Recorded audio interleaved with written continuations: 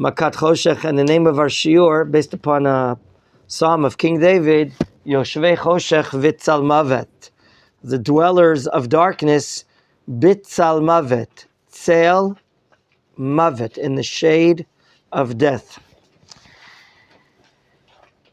The last time we mentioned any reaction of Bnei Yisrael regarding their exodus of Egypt was very negative. They complained to Moshe.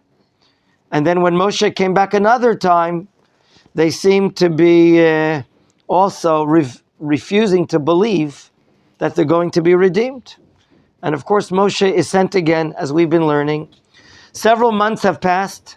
Perhaps even 9 full months have passed ever since then. And ever since that reaction, do you remember, Velo Sham'u El Moshe Mikotzer Ruach? They couldn't hearken or listen or pay attention to Moshe. They had no patience. They're working very hard. The question we like to ask, as I read here in front of me in my wonderful father-in-law's book, the Sefer, called Siach Hasadeh, the discussion of the field, which is the acronym for his name, Rav Shalom Dova Levi. He asked the question, has anything happened or transpired to the Jewish people? Has their stand changed ever since these last 6 or 7, 8 months, that now we finished approximately 8 full plagues? Are they ready? Are they ready to leave? Has anything happened in their inner being?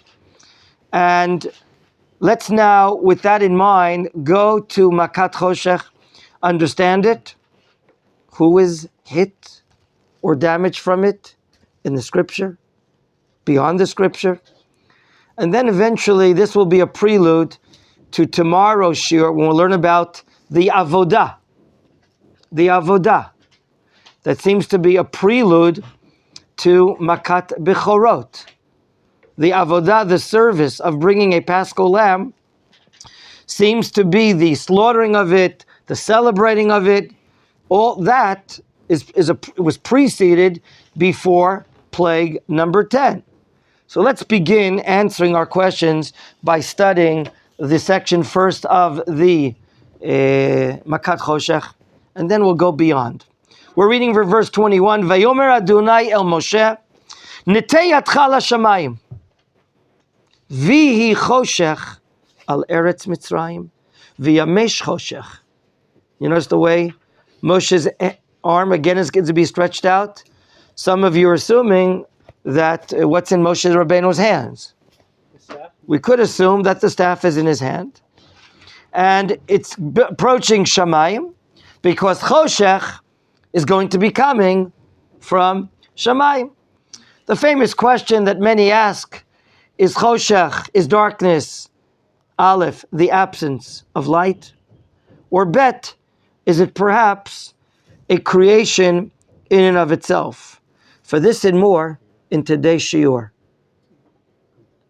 Someone's smiling in the back there. Okay? Namely, the command is, Vihi choshech, let it be. Vihi, do you see the words?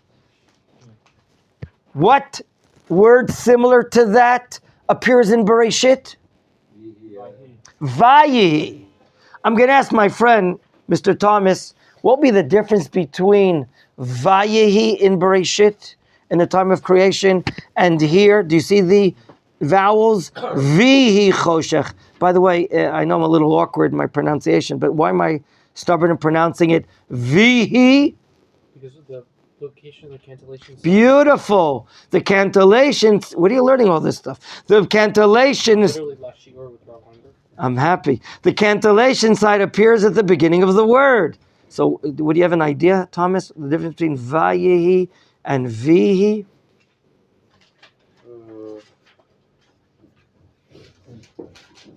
The first one is, and there will be light, and there may be darkness. Vayihi in Bereshit is what? Help us out. And there was. And it was. Vayihi, and it was. Where there was. Whereas Vihi is There will be future. Very nice. Vi choshech al eretz Mitzrayim. And then the Torah gives us an unusual word, viyamesh choshech. Now, ignore my bad Yiddish. Mamish, I don't have a good Yiddish. Excuse me, what did I just say? Really, Mamish. Really. Where did they get that word in Yiddish? Mamish. Let me look back inside the Chumash. Viyamesh choshech. Gentlemen, choshech here, we're told, viyamesh. Rashi says, in explaining the word viyamesh, and there will be even additional choshech, meaning more, Rashi says, than the darkness of night. And therefore, he goes later on to explain, and some others explain, that the word, I'm telling you the Ibn Ezra, viyamesh, is, by the way, put your hand over there. There it is. When you're looking for something, trying to sense something, okay, you have a chush, we have senses, lachush, to sense something. Chush, viyamesh, just like a blind person is what? Trying to, okay, trying to feel. Like, you see, we have a blind center a few blocks away. You can see there are a lot of blind people that walk around the neighborhood. Have you seen them with accompaniments? Okay. I went to the swimming pool the other morning, and there was a blind guy in the locker room, and he did it all by himself without an accompaniment, undressing himself, going, and I see him touching the walls, and he went into the water by himself. Amazing the progress people can deal with their difficulties in life, and how they can even succeed amidst their difficulties. In any event, the Ibn Ezra says, just like when you're in darkness, you're touching something, that's what's here. You can touch the darkness. I purposely said mamish. The choshech has mamashut, reality, existence. That's what it means, viyamesh choshech. Okay? To what extent? Vayet Moshe yado al hashamayim. He goes through the execution of the commandment. Okay? Vayichoshech afela bechol eretz Mitzrayim shloshet yamim. In the entire country, there is what? Choshech, called choshech afela. Afel is also darkness. Bayit afel, a very dark, glooming looking home, and so on and so forth. Now, it's being done right here. Did Paro know about this in advance? Question? No. We don't see a warning. And this goes well with what we explained, as the Malbim and others explained, that every three, the set of three, 1 and 2 have a warning, number 3 does not have a warning. Where are we right now in the set? We're number 9, right? Barad, Arbe, Choshech, 7, 8, and 9. So there is no warning. Yes, your question, Moshe? So, if I can go back to where it says Vayamesh Choshech. Vayamesh, that's right. We talked about it's so dark that you can feel the darkness. Feel meaning you can. We're about to add the words that the Ibn Ezra says. There's like a cloud there. Yes. Okay. He says like a cloud of darkness. It's like when you see this mist or a fog, and you see the thickness of the cloud. This is even more thick and greater. That. What's the problem? Would you bring me the match over there? Why don't you just take a match and light? It's so thick, it's such of an existence that you cannot even, Ibn Ezra explains, light a match. You cannot put on a torch and see anything. Okay?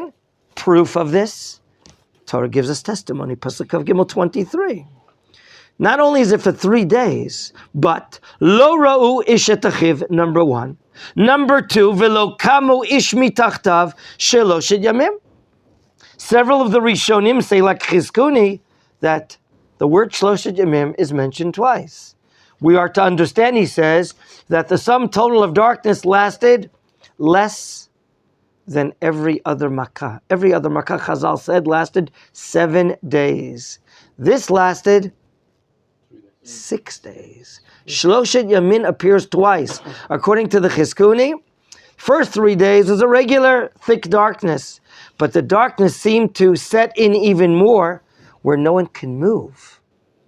No one can move. If you're sitting down, you couldn't get up. If you're standing up, you can't sit down. You're just like frozen. You see what it says there? Okay? And we're asking ourselves, what is this related to? So let's already bring in the connection to what we explained yesterday. Okay? Historically and archaeologically, we find that the major god of the Egyptian idolatries is the god of the sun. The god of the sun. And here, God is showing that the sun is not all-powerful. The sun is not effective. The sun cannot shed its light. Rather, God is now putting the sun into his place. And here we're learning about something which is threatening, something which is frightening.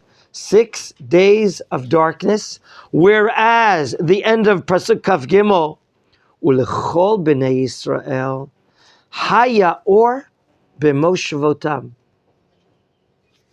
The Jews in Goshen had light. Yeah. Examine the pasuk again. The Jews in Goshen had light. All their Ulechol b'nei Yisrael, meaning dwellings. everywhere they are, there's light by the Jewish people. There's light by the Jewish people. Now, we're about to learn, after we finish these psukim, the commandment to go ahead and request kelim. If it's on a borrowing basis, to be lent out, namely to be returned, or it is a matana gemura, a complete gift. We'll see the different opinions as we get to it later in today's shiur. However, Rashi brings the famous midrash that when we, Mustafa, give halak halan, when we come to our neighbor Egyptian and ask him, can I please have those gold dishes? He says, I don't have any gold dishes.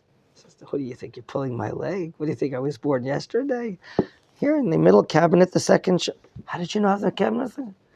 Because the Jews went into the homes of the Egyptians, according to the Midrash, opened up the cabinets, or lifted up the mattress, or lifted up the tiles, and they found the gold, the silver, and all other kelim, wrenches, screwdrivers, the Bosch, what is it called? The drill, whatever, all the Bosch, all the good companies, Black & Decker, all these, whatever they had, they were able to go and actually tell them where it exists. So the Egyptians will not be able to later on and say, we don't have such a thing, because we know exactly where it's happening. Gentlemen, Paro, what is the light situation in his palace? It's also dark. Therefore, in Pasuk Kavdalid in verse 24, okay, after we're learning that when the God of Israel, as Kusata, one of the great later commentators, explains, wants to put the God of the Egyptians into place and have him be ineffective whatsoever, okay, and right now he can no longer shed light in the world to the people that fear him, namely the Egyptians, okay, because God is the one that creates light and darkness. Do you remember the pasuk that we say in the beginning of the blessings of Shema? Yotzer or Baruch Atah Hashem Elokeinu Melech Olam, the first blessing of the Shema in the morning. Help me out. Yotzer or Uvorei Choshech. Oseh Shalom Uvorei Eta Kol. That's the bracha that we open up in the morning of the blessing of Shema. The real source from Isaiah says Yotzer or Uvorei Ra. Who is Ra? Did we explain yesterday? The God of the Egyptians. The God of the Egyptians is a tool, a kli in the hands of God. Yeah, you want freedom of choice? You can choose the God of the world, the God of Israel, or you can choose the holy baloney, the garbage, the garbage of the Egyptian beliefs. So God is the one that allows people, if they want, to believe that there's the idol of the sun, the God of the sun, is a power in the world. He's no power in the world. If God wants to, he can take away his power. There can be an eclipse, a solar eclipse. It can be a lunar eclipse. In this case, Vorei Choshech, Borei. Often, how do we explain the word Vayivra from Genesis, from Bereshit? Yesh Me Ayin. Do you remember that philosophical term? Ramban uses at the beginning of Bereshit. There's Yesh Me Yesh. Something can be made, manufactured from existing material. That's Yesh. Yesh means there is, right? Yesh Me Yesh. Or God can create something from nothing. And that's called, in philosophical terms, Yesh Me'ayin. Very good. Yesh Me'ayin. Yesh Me'ayin. From the word ayin. That's correct. Something from nothing. Yesh Me'ayin. That's how many great scholars explain the term Vayivra. And he created. Yesh Me'ayin. We call the creation of the world in Hebrew Bri'at Olam. Livro. Vayivra. So Vayivra is Yesh Me'ayin. So Isaiah, Chazal took the pasuk from Isaiah, Yotzer Or Uvorei Choshech, as the word Livro. The Choshech is not only the absence of light. In this case, the Choshech is mamish. It has reality. It has substance. Okay? It's like a thick cloud, as the Ibn Ezra says. Moshe, Moshe, Pasuk 24, Vayikra Pharaoh el Moshe. Excuse me, is Moshe at the doorstep here? Was he just inside the house to give a warning, yes or no? No. So how will you explain the term Vayikra Pharaoh el Moshe? He maybe literally screamed. Who told you that Moshe is across the street? Vayikra Pharaoh, he sent a shaliach. But I have a question. It's dark. From here, Chazal learn that part of the legislative or cabinet staff of Paro were Jews.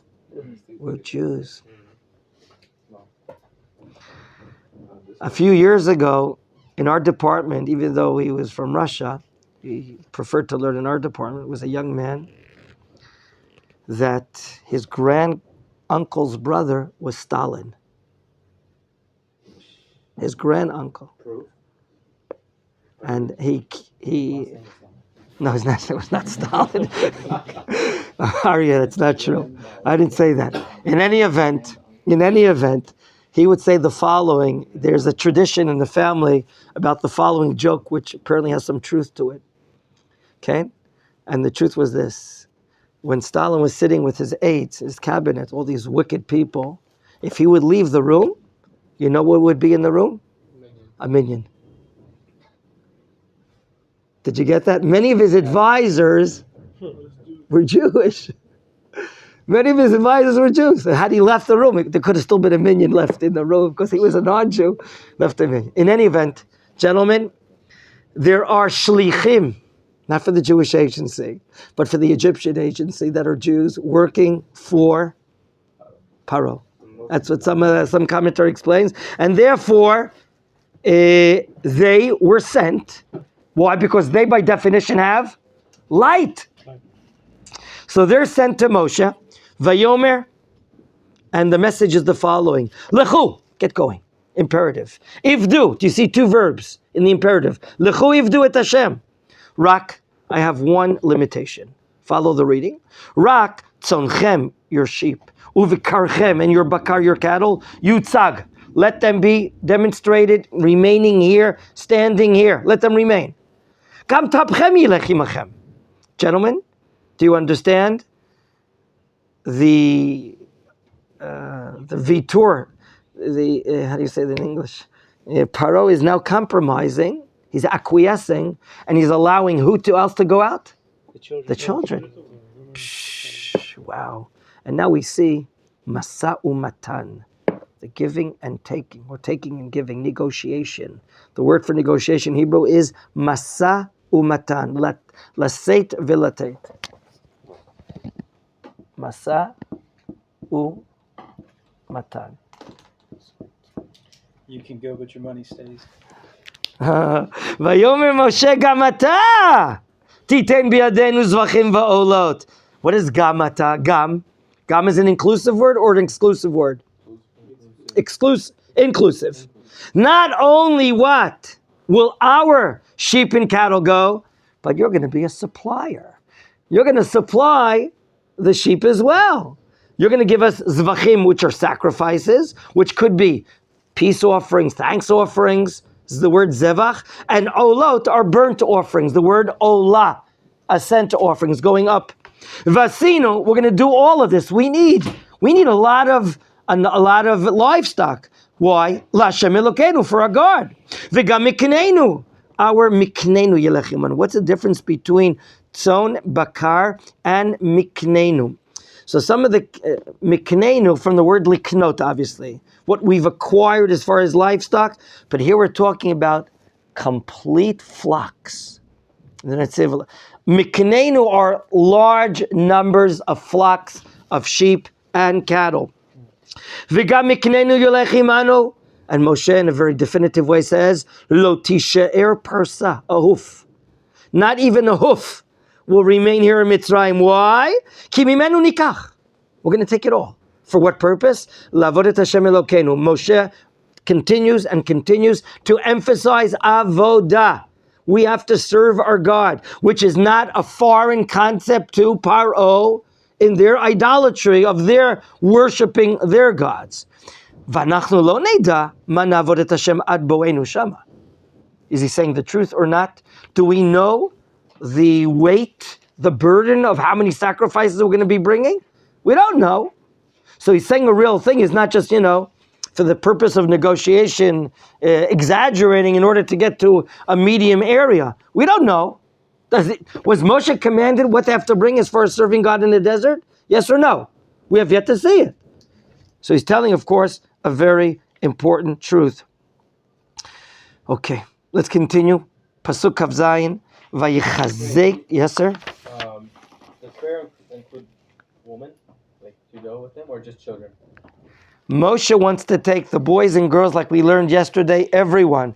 So when he's saying here, tapchem, I think he's giving a carte blanche. Okay, take everyone, including those that are not obligated in avodah. Very good.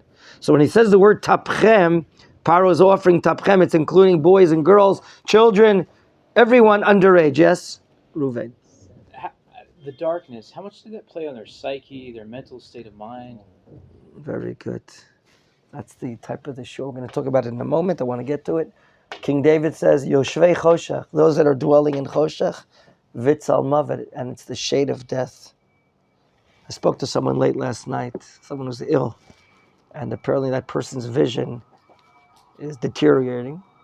That person has diabetes and multiple problems on dialysis, and the person saying to me in a dreadful way, in a very painful way, that as if I go blind, as if I have no reason to live.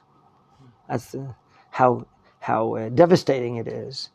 Darkness is so devastating when you can't see anything. It's like it's blindness. You're used to seeing, and now you can't see day after day. So it must be devastating Egypt. And this is right after the economic devastation. And we'll speak a little more about it soon. A good question. Pasuk Kav Zayin, we're continuing. Vayichazek Adonai et leiv Paro velo ava l'shalecham. There it is. God's hardening his heart. Okay? And we see that Paro now reaches a new pinnacle in what he says. He's actually not in control of himself because he now threatens Moshe Rabbeinu. Let's see the threat in the last two verses of this chapter. Vayomer lo Pharaoh, lech me alai, get out of here. Lech me alai. Notice the term me, we all know from alai.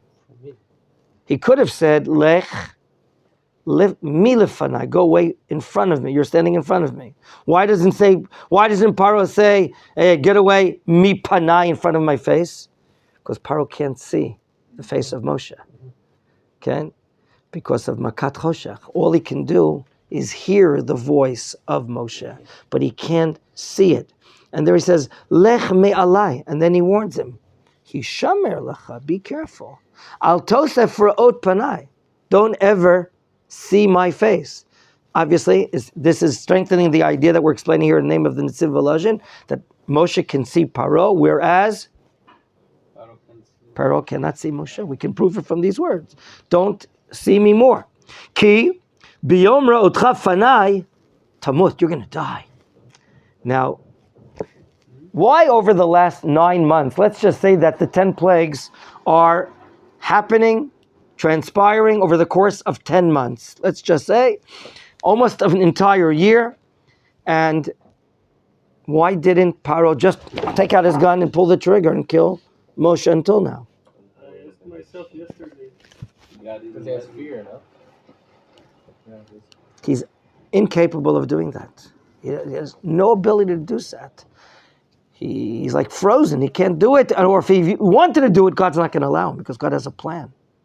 God has a plan. This is not a private plan. This is not only a national plan. This is a universal plan. Yetziat Mitzrayim, the bringing up to the exodus of Egypt through these 10 plagues, we're all witnessing the might of God. Gvurot Hashem, the mights of God, which hopefully we'll witness today in the coming down of rain this afternoon. Okay, and God gave us some blue skies earlier, but now I think the clouds are coming in. We're hoping and praying for rain. This is God's plan. So I think this is like an empty threat. It seems to be like an empty threat that if you come and see me once more again, I'm going to kill you. Vayomer Moshe, what does he say? Kain dibarta. What is Kain? Very nice. Very nice. I'm not going to see you again. Lo osif od ra'ot panecha. Okay? So it seems that this entire sicha, this dialogue between Paro and Moshe, when do you think this is transpiring, gentlemen? While Makat Choshech is taking place. And now we have a break and we come to a new chapter. And Rashi will say in these psukim, well, from here until the end of the chapter, Moshe has not left the presence, the palace of Paro, because he doesn't want to play bad man, go out and come back again. He's not here to get more angered or this or that. Moshe gives respect to the kingdom, to the king Paro, and doesn't leave. And now, let's hear instructions. Perikid Aleph, the preparation before the last Makkah. Vayomer Adonai el Moshe. Od nega echad avi al Paro v'amitzvah. Another nega. I don't think we saw it. Negaim appears later on. A plague, another word for great plague.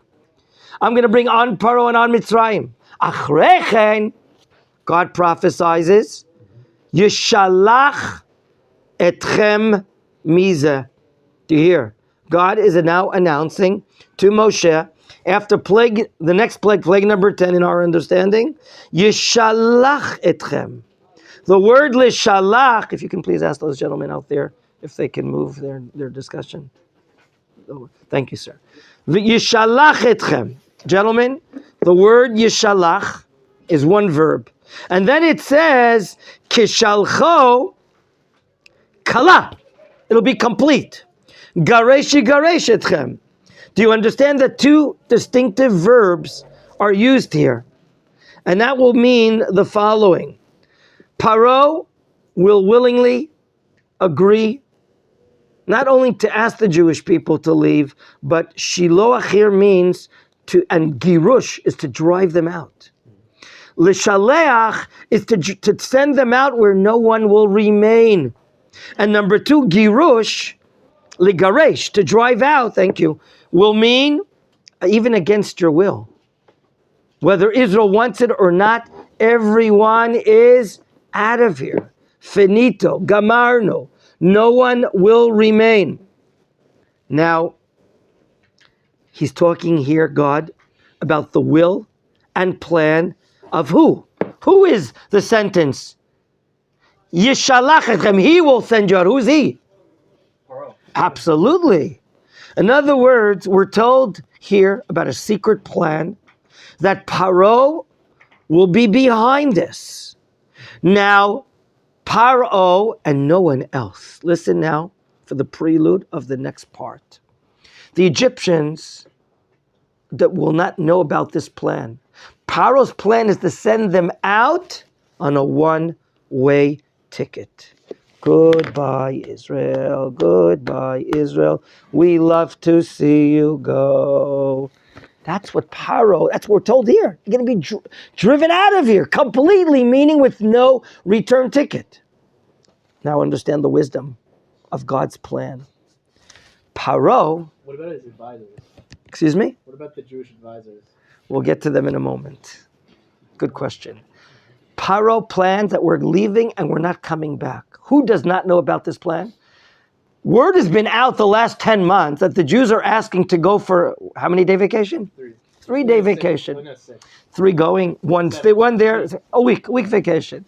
A furlough, is that what they call it? A furlough? Okay. In the army, it's called a regila. In the army, when you get a week vacation, you get a regila for the word, I don't know why. In any event. What does it mean directly? Exactly. Regila is accustomed to. Hergel, habitual. In any event, right now, the Egyptians are thinking that if they will be sent out, they're going to be coming back. They're going to be coming back. Now, all this will be a wonderful plan to allow the Egyptians to supply Israel with any vessels, gold, silver, copper, anything, to provide the Israel's needs, because that we'll willingly give it to you, because we are lending it to you, because you're going to be coming back. All of this is a setup that Israel will have the gold and silver of Egypt, and this will be stimulation later on when the Egyptians sense that the Jews are getting messed up and lost in the desert, and Paro says, do you have any ambition to go run with me and pursue them and get them? Of course they're going to have stimulation and ambition. It's called money, gold and silver. The Jews have our gold and silver. Those no good Jews, they left with our gold and silver without intention to pay it back. That will lie as a stimulus for Egypt or the Egyptian army to run after Israel, as we're going to read right here. Before we get to your question, I want to read the psukim and then entertain questions. Daberna, God prophesizes Moshe, be'oznei ha'am. And I'm going to ask later, na. Is this na? Please. Bevakasha. Be'oznei ha'am. In other words, na, and not in the command form. Daberna be'oznei ha'am. Speak to the people. V'yishalu ish me'et rehu. Every man should go to his friend. V'isha me'et uta. Every woman to her girlfriend. Klei chesef uchlei zahav. And God will interfere on this behalf. Pasuk Gimel. All this is a prophecy. Vayiten Adonai et chen ha'am be'einei Mitzrayim. Chen. The graciousness. The kindness. Do we see that word in our Shemon Esrei? In which blessing do we see the word chen together with chesed? Do you remember? The last blessing. The blessing of? Shalom. Of shalom. Sim shalom, tova, uvracha, chayim, life, chen v'chesed. Very good. Chen v'chesed. They go together. God will bring the grace of the Jewish people be'einei Mitzrayim.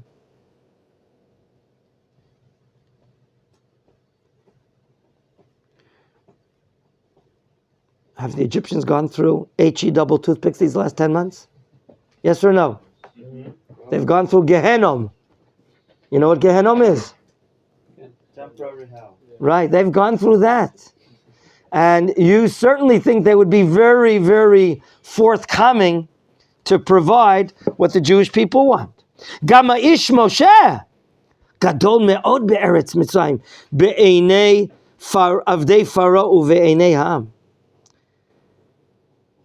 It's a wonder. It's a wonder. They could point Moshe and say, "You're the reason for our devastation. You're the reason for our devastation." I want to hear a few questions.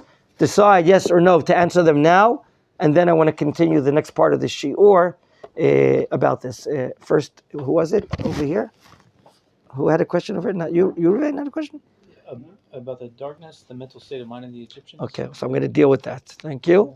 We'll even deal with the mental situation of Jewish people. Who else had a question or no? Which would be quite impressive, I would think. Absolutely. Yes, sir? Here doesn't say that Pharaoh or Moshe they took out the Hosher. They took out the what? The Hosher. They pray to God to finish the Hosher and or Kosher. Right. The Well, they didn't say anything about. You're right. The words are not there, but it says, get them out of here. Just get them out of here. Maybe he's thinking that once Israel is released, the plague of darkness will end, just like he's seen right now in 8 former plagues. Every plague came, every plague went away. So maybe that's the thinking. You're right. You're right. It doesn't state that. I'm giving, and that's what I think logically that's happening. Amos, you had a question? Yeah. I mean, just for me that I understand it well, that means that when the Hashem showed Moshe that he will send them out to the Yes. Pharaoh. When he did it, that means that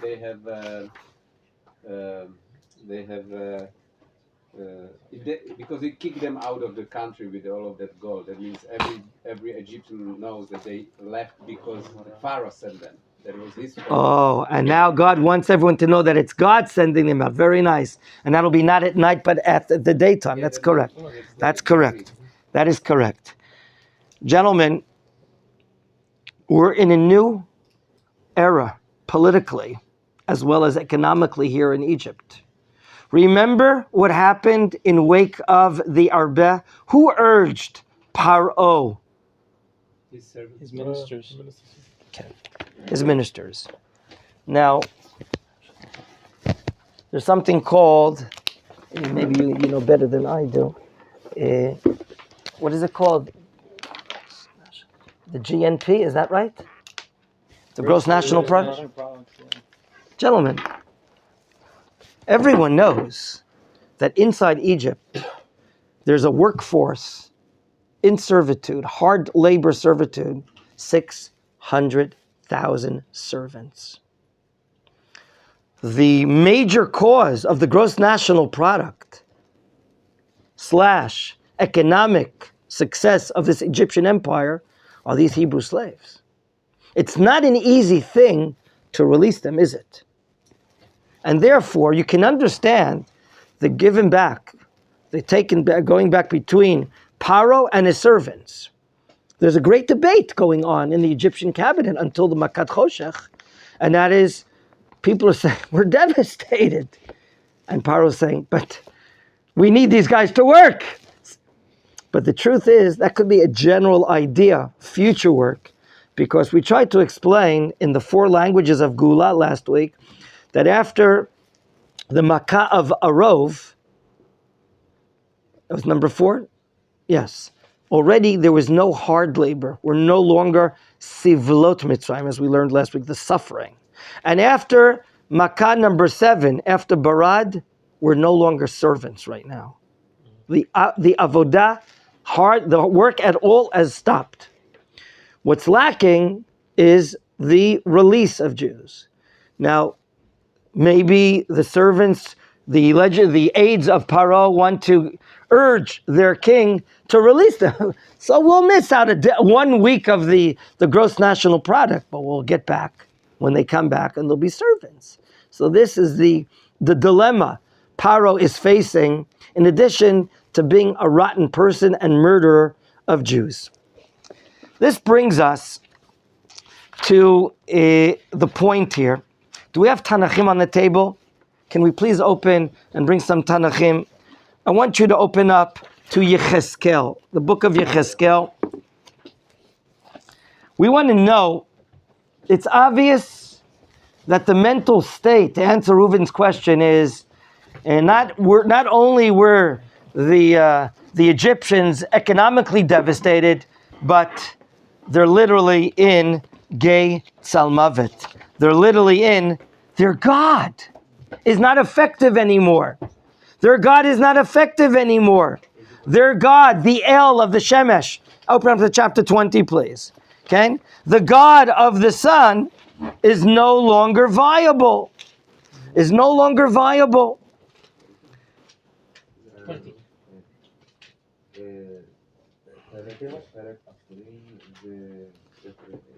Now, I just want to relate to, listen to this, please. I want to put some points together. Do you remember the prophesizing of the Galut in Mitzrayim? Who prophesied to, telling us 400 years in advance? Hashem too? In what the name of that Brit? Berit Bein Abitarim. Listen to this. So this is in a lovely Tanakh article by Rabbi Hanan Porat, Zecher Tzadik Livrach, one of the great Tanakh teachers from Merkaz Arav. God says to Avram Avinu, listen to me please, leave the Tanakh right now in front of you. God says to Avram, Eima, fear. Chashecha, darkness. Gedola, great darkness. Nofelet alav. God gave a little taste to Avram in his prophecy of what will be happening to the Egyptians. I repeat, Eima, fear. That's the mental state. The Egyptians have to be in Eima with Chashecha Gedola. Gentlemen, we, the Jewish people, our lives for the last decades, if not at least 100 years, King David writes in 107, we were the ones that were Yoshvei Choshech V'Tzalmavet. We're dwelling in Egypt under just great servitude. We're like living in darkness. We have no liberty, no freedom, hard work. We're working like zombies. Asirei Oni Uvarzel. We're the ones that like the poor that are imprisoned in iron. That's what King David relates to the mental state of the Jewish people. Certainly, the Egyptians that are going through such difficult states, they're at least in the same situation. But now, sof, in the end, light appears for the Jewish people. V'hinei or b'moshvotam. The Jewish people are experiencing light. The Jewish people, was very hard for them to see the light at the end of the tunnel. They didn't want to go with Moshe. They didn't want to recognize Moshe. They didn't want to have confidence in Moshe. But now the time has come for light for the Jewish people, and on the other hand, punishment, devastating punishment for the Egyptians. Because here it is, the creator of the worlds is taking out his children from this darkness of slavery and bringing them to or like we say in one of our prayers, Mishiabud Ligu'ula. Okay? From being subjective as hard servitude to a state of redemption. So we're experiencing or, and the Egyptians are experiencing the words that God told Avram 400 years ago, Eima Chashecha Gedola. Can you repeat those words? Eima Chashecha Gedola. Eima is fear, trepidation. Chashecha Gedola. And therefore, they're like blind people. They can't even move. They can't even touch anything whatsoever.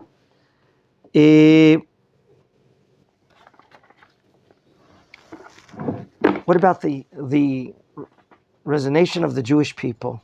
Are they ready? Yeah. Please look together with me and to see how difficult the Jewish people have been devastated spiritually and culturally. See how they are, like my father-in-law says, Rabbi Horowitz, submerged into Egyptian culture. That's right. Bnei Israel, over this period of being 210 years in Egypt, are submerged in Egyptian culture. The idolatry of Egypt, as Yechezkel the prophet explains everything here. In chapter 20, look at verses 6, 7, and 8 with me. Bayomahu, on that day, Nasati Yadilem, I raised up my hand, meaning to swear, Lo Tziyam mi Eretz Mitzrayim, to take them out of the land of Egypt. To where? El eretz asher tarti lem, to a land that I have spied for them. Zavat chalavu dvash, flowing with tzvi. It's the nickname of the land of Israel is a deer. Do you see the word tzvi? Tzvi lechol ha'aratzot, to all lands. Chazal say in the Gemara, just like the leather, the skin of a tzvi expands as it grows, so too this country. What's the matter? You don't think that all of Brooklyn can settle? All of North Carolina, the Jewish communities of LA and North Carolina, Raleigh, Charlotte, all these places? Of course, this land stretches. As more of the Jewish people arrive, it's like the leather, the skin of a Hebrew? Tzvi. Spell it, Ariel. Tzadik, Vav,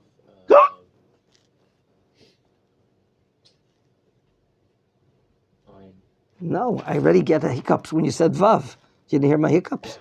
Tzadi, help him out. Bet, Yud. Oh. Okay, don't do it again. Okay, V'omar alehem, and I said about them, Ish shikutzei anav hashlichu. How do they explain the English for their idolatry? The shikutzim of their eyes. Which word is chosen? The idols of Mitzrayim. No, there's a different word they're using.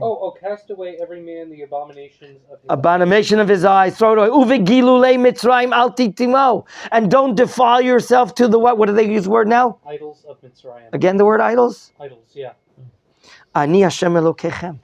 That was the warning Yechezkel is sharing with us. What happened? Let's keep on reading.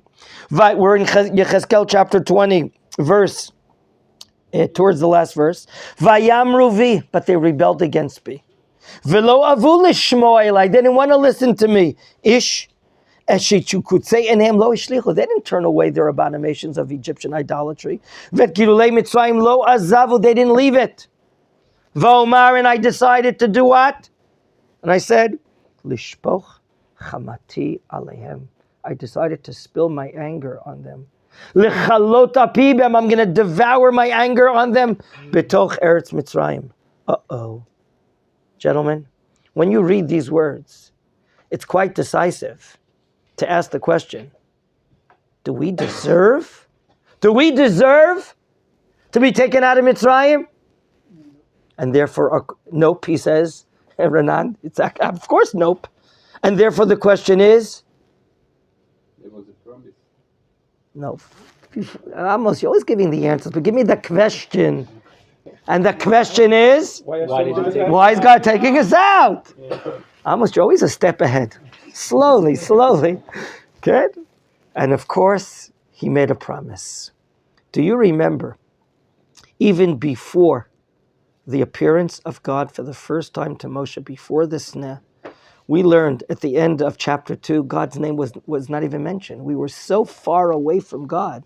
And then we saw all of a sudden at the end of the parak, how many times God's name was mentioned. Remember the 4 times with 4 different verbs?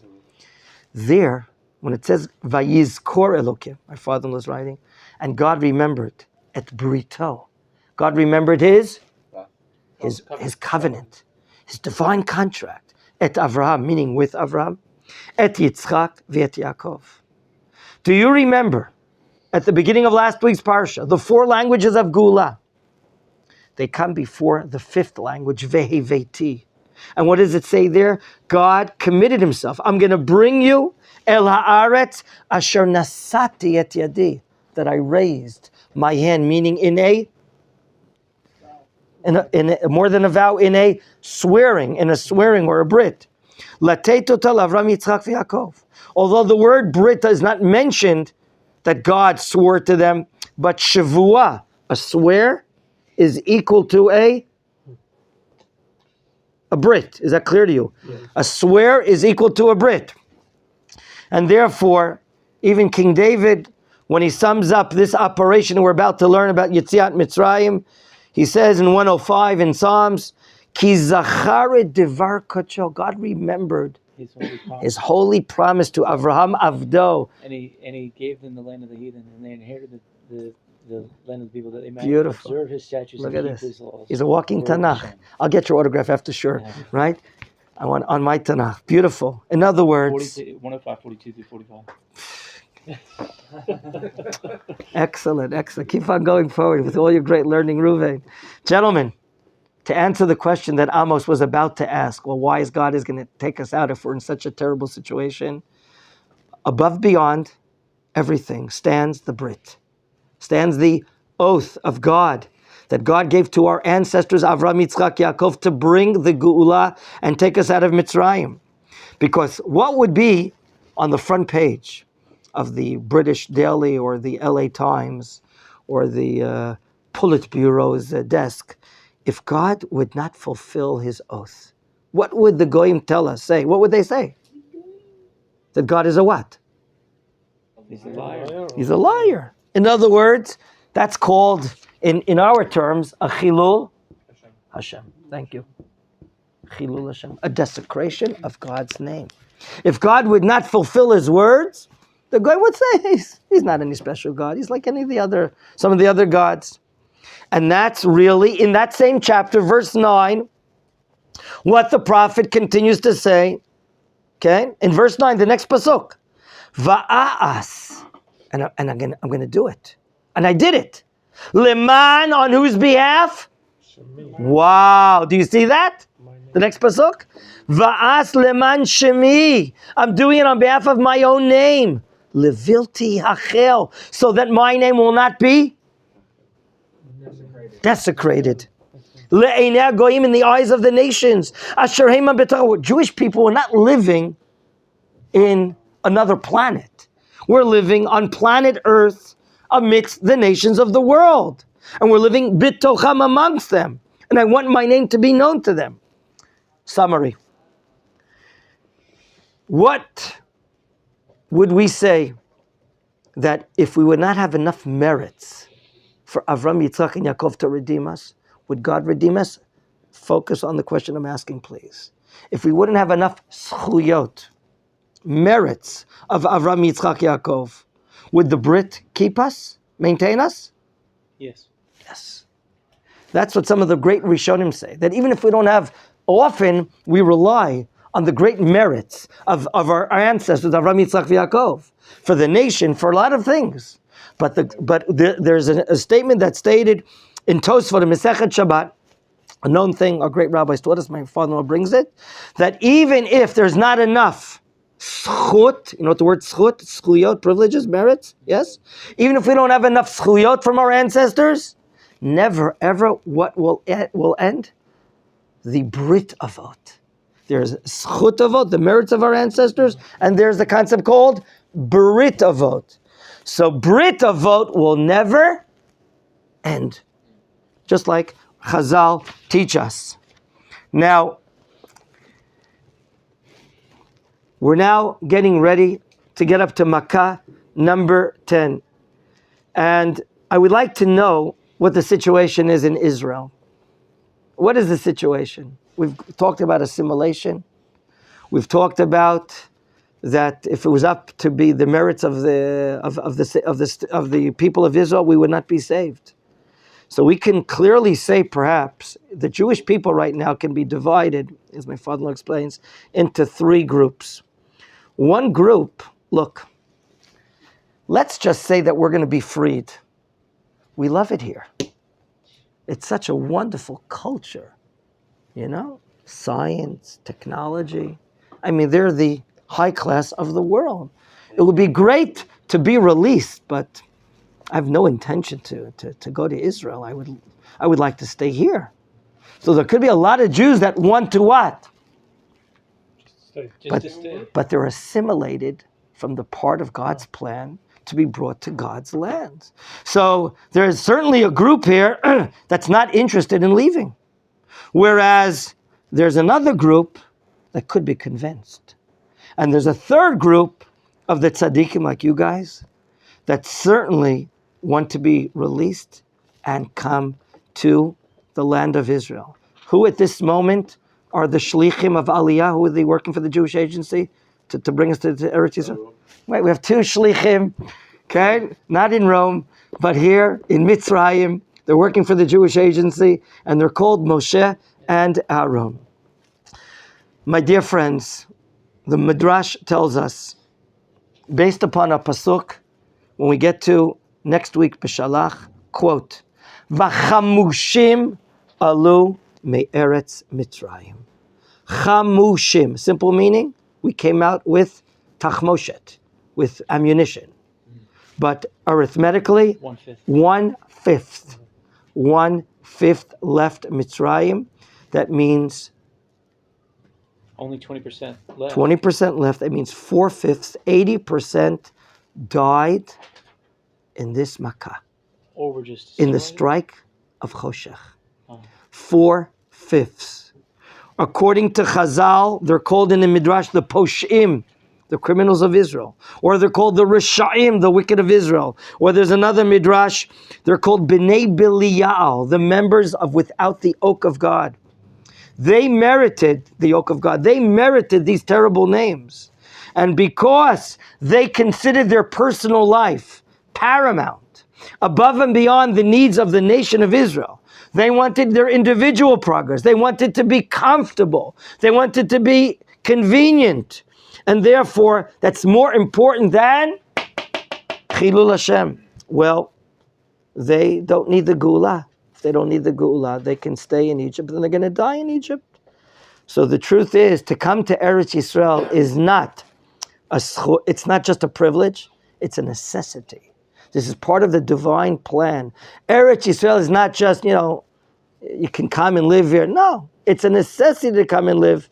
And therefore, purposely, during the time of darkness, when the Egyptians will not know about the downfall of 80% of the Jewish population of the men coming out of here, they wanted to stay. They're going to remain there, but dying and their graves were all dug up during these 6 days, and they were all buried, 80% of the nation. That means the 600,000 men that are coming out, multiply that by another, 4? That means 24,000, is that correct? No, 2,400. 2.4 million. 2.4 million, that's right. 2.4 million, thank you, were the ones that died. They died in the plague of darkness. In the plague of darkness. And all the Egyptians did not know whatsoever about this. Gentlemen, for this and more in our next shiur tomorrow. Shalom. Baruch Tiyah.